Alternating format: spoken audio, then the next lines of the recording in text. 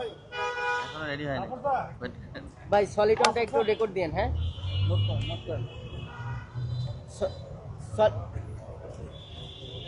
এই সুমন ভাই সলিটন কত? 4 মোবাইল রেকর্ড দেন। এটা ধরতে হবে ভাই।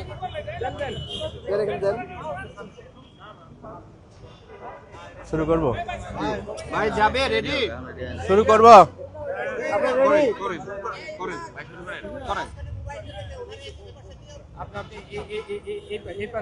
আউযু বিল্লাহি মিনাশ শাইতানির রাজিম বিসমিল্লাহির রহমানির রহিম। সম্মানিত সাংবাদিক বন্ধুগণ, আসসালামু আলাইকুম রহমতুল্লাহ। আপনারা জানেন বাংলাদেশ জামাত ইসলামীর সম্মানিত আমির ডাক্তার শফিকুর রহমানের যে ভেরিফাইড টুইটার আইডি তথা এক্স হ্যান্ডেলটি রয়েছে, সেটা গত 31শে জানুয়ারি বিকেল 4টার পরপর হ্যাকারদের কবলে পড়ে এবং তারা সেখানে 4:37 একটি অনাকাঙ্ক্ষিত একটি পোস্ট সেখানে পোস্ট করে এবং সেটা কেন্দ্রীয় আইটি টিম সেটা কিছুক্ষণের মধ্যেই 4:55 সেটা বুঝতে পারার পরে খোঁজখবর নিয়ে আমরা যারা এই আইডি পরিচালনা করার সাথে যুক্ত তাদের সাথে খোঁজখবর নিয়ে আমরা জানতে পারি, বুঝতে পারি যে আইডিটি হ্যাকারদের কবলে পড়েছে এবং হ্যাকাররা এই পোস্টটি করেছে।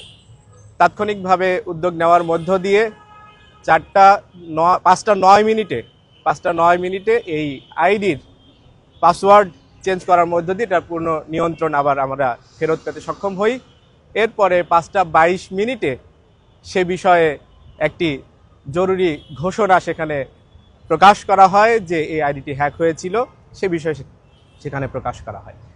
তো এরপরে আপনারা জানেন যে তার পরের সেই রাতেই সেই পরপর যে রাত, সেই রাতে 3:30টার দিকে আমরা থানাতে জিডি করি এবং পরের দিন সকালে সংবাদ সম্মেলনে সাংবাদিকদের মাধ্যমে জাতির কাছে সে বিষয়টা তুলে ধরা হয়।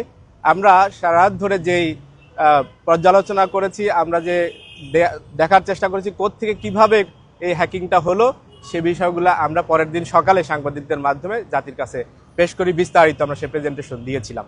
সেখানে একটা বিষয় আপনারা খেয়াল করেছেন যে যেই মেইলের থেকে, যেই মেইল অ্যাড্রেস থেকে আমাদের জামাত ইসলামের কেন্দ্রীয় অফিসিয়াল মেইল যেটা রয়েছে, সেই মেইল এবং ঢাকা মহানগরী উত্তরের যে মেইল, ঢাকা মহানগরী দক্ষিণের যে মেইল, এরকম করে আরও বেশ কিছু মেইলে সেখানে যে ফিশিং যে ম্যালওয়্যারটি এসেছিল এবং তার মাধ্যমেই ডিভাইসের কন্ট্রোল তারা নিতে পেরেছে এবং ডিভাইসের কন্ট্রোল নেওয়ার মধ্যে যে সেশন চুরি